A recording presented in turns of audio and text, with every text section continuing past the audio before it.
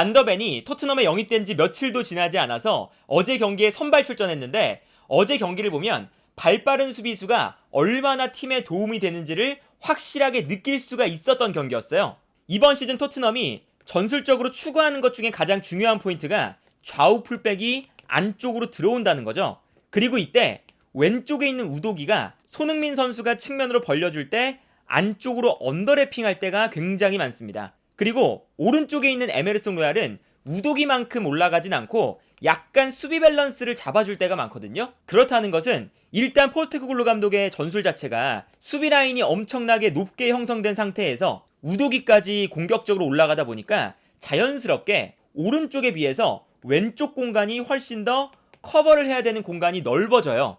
그래서 사실 반더벤의 위치가 이 왼쪽 공간을 어떻게 커버하느냐에 따라서 토트넘의 공격적인 전술이 잘 이루어질 수 있느냐 아니면 상대방의 역습을 허용하느냐가 사실상 정해진다고 볼 수도 있거든요. 그래서 프리시즌 경기를 봐도 벤 데이비스나 탕강가나 산체스나 이런 선수들이 로메로 옆자리 왼쪽 중앙 수비수 자리에 나왔을 때 뒷공간 커버가 부족하면서 상대방의 역습을 허용할 때가 많았었죠. 그런데 어제 경기 장면을 보면 반더벤이 확실히 수비 뒷공간에 대한 커버를 발이 빨라서 너무나도 잘해줍니다. 토트넘이 기본적으로 수비 라인이 높기 때문에 이 장면도 보시면 산체스와 반더벤이 하프라인 위쪽까지 올라와서 플레이를 하고 있어요. 당연히 토트넘의 수비 뒷공간은 엄청나게 넓게 형성이 되어 있었죠.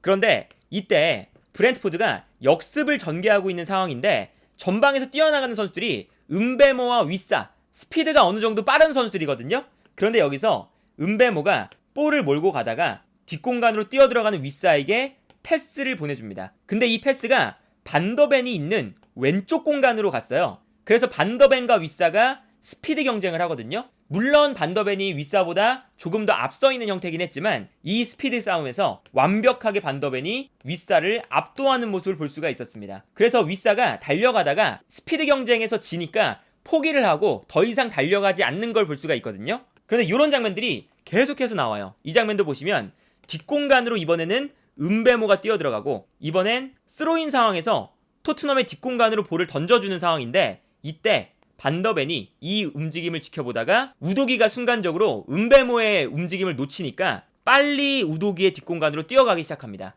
그래서 결과적으로는 은베모가 달려갈 때 어느샌가 반더벤이 수비 뒷공간으로 뛰어들어가면서 측면 공간을 막아 세우는 걸 볼 수가 있었고요. 이 장면도 마찬가지죠. 우도기가 공격으로 올라갔다가 돌아오는 상황인데 그러다 보니까 측면에 공간이 크게 발생을 해요. 그래서 측면으로 선수 한 명이 침투에 들어가고 침투하는 선수에게 패스를 뿌려주는 장면입니다. 그런데 이때도 역시나 왼쪽 중앙 수비수인 반더벤이 이 공간으로 빠르게 뛰어오거든요. 그래서 다음 장면을 보면 패스가 들어가고 브렌트포드의 선수가 측면 공간으로 뛰어들어갈 때 반더벤이 중앙에서 빠르게 뛰어나오고 있습니다. 그리고 여기서 반더벤이 침투에 들어오는 선수보다 빠르게 측면 공간을 커버하면서 측면으로 들어오는 패스를 걷어내는 장면을 볼 수가 있었죠. 그래서 그동안 사실 토트넘이 가장 큰 문제가 됐던 것이 콘테 감독 시절에도 마찬가지고 수비 라인에 발이 느린 선수들이 너무나 많다 보니까 다이어나 벤 데이비스 이런 선수들이 토트넘이 공격을 하다가 역습을 당할 때 수비 뒷공간에 대한 대처가 잘 안 된다는 게 문제였거든요. 그런데 반더벤은 이미 분데스리가에서도 가장 빠른 센터백 중에 한 명이었고요. 그리고 애초에 볼프스부르크에서 가장 스피드가 빠른 선수였습니다. 그러다 보니까 지금 토트넘에서도 아마 가장 빠른 선수가 반더벤일 수도 있거든요. 그래서 어제 경기에서 토트넘이 실점을 할 때 뒷공간이 열리면서 실점을 했지만 그 뒷공간이 무너지는 장면들이 왼쪽에서는 거의 나오지를 않았죠. 그리고 약간의 과장을 보태면 김민재 같은 플레이도 반더벤이 몇몇 장면 보여줬어요.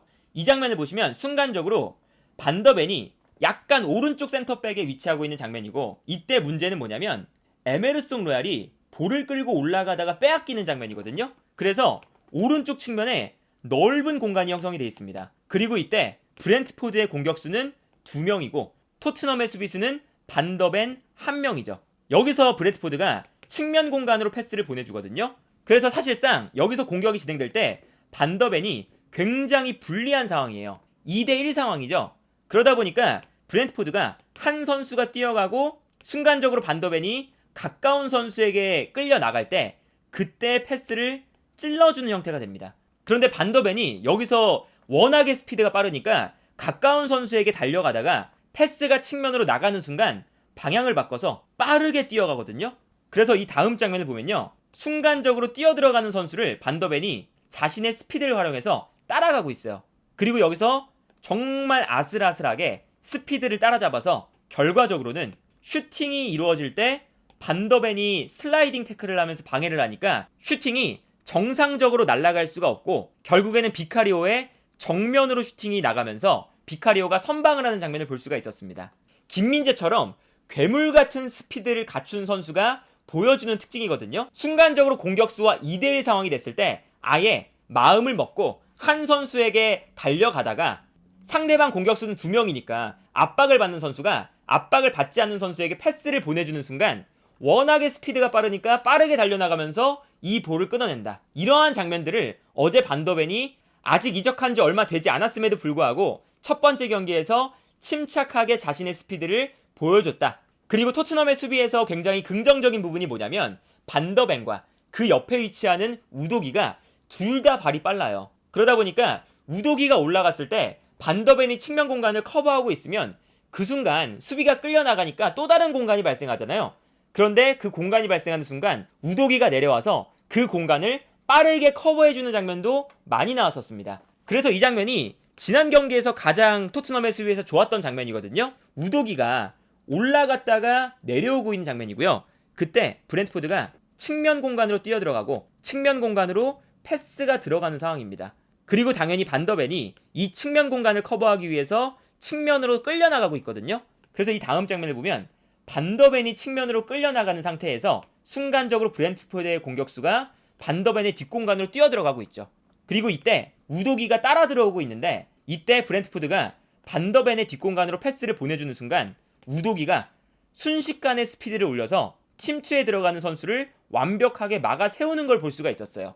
그러니까 이 장면은 우도기가 올라간 공간을 반더벤의 빠른 스피드로 커버를 하고 이때 또다시 발생하는 공간을 우도기가 빠르게 내려와서 2차적으로 커버를 성공시킨다. 포스테코글루 감독이 수비 라인을 높게 끌어올리는 축구를 한다면 여기서 발이 빠른 수비수는 필수였는데 발이 빠른 반더벤과 우도기 이 두 명의 선수가 조합을 맞추니까 왼쪽에서는 수비 뒷공간에 대한 문제가 거의 발생하지 않았다. 그리고 어제 반더벤이 스피드뿐만 아니라 다른 장점들도 보여줬는데 기본적으로 반더벤의 장점 중에 하나가 발밑이 좋은 수비수죠. 그래서 이 장면도 보면 반더벤이 순간적으로 브렌트포드의 공격수에게 압박을 당하고 있는 상태거든요. 그런데 반더벤이 오른쪽을 바라봤을 때 오른쪽으로 패스를 보내주기가 굉장히 애매한 상황이었어요. 왜냐하면 브렌트포드의 공격수가 뒤에서 산체스를 따라가고 있었거든요.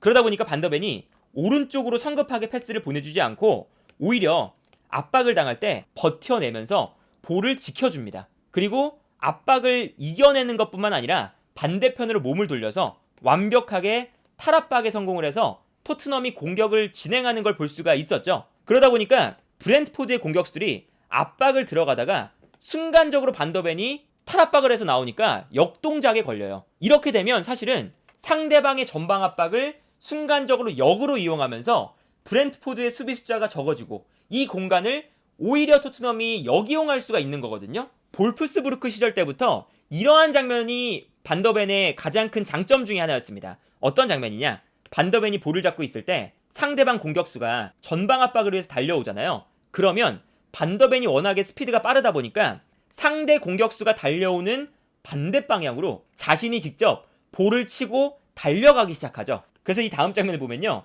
공격수는 전방으로 달려가고 있는데 순간적으로 반더벤이 치고 올라오니까 순간적으로 공격수도 여기서 반더벤을 놓치면 오히려 전방 압박이 무너지면서 브렌트포드가 위기를 맞이하게 되거든요. 그래서 어쩔 수 없이 공격수가 반더벤에게 반칙을 가하는 장면을 볼 수가 있었는데 사실 이러한 장면이 다이어나 벤데이비스, 탄강가 이렇게 발밑이 좋지 않고 스피드가 빠르지 않은 수비수가 있을 때는 절대 볼 수 없는 장면이었거든요. 그런데 반더벤이 오니까 수비 라인에서 상대방의 전방 압박을 대응하는 능력도 훨씬 더 좋아진 모습을 보여줬다.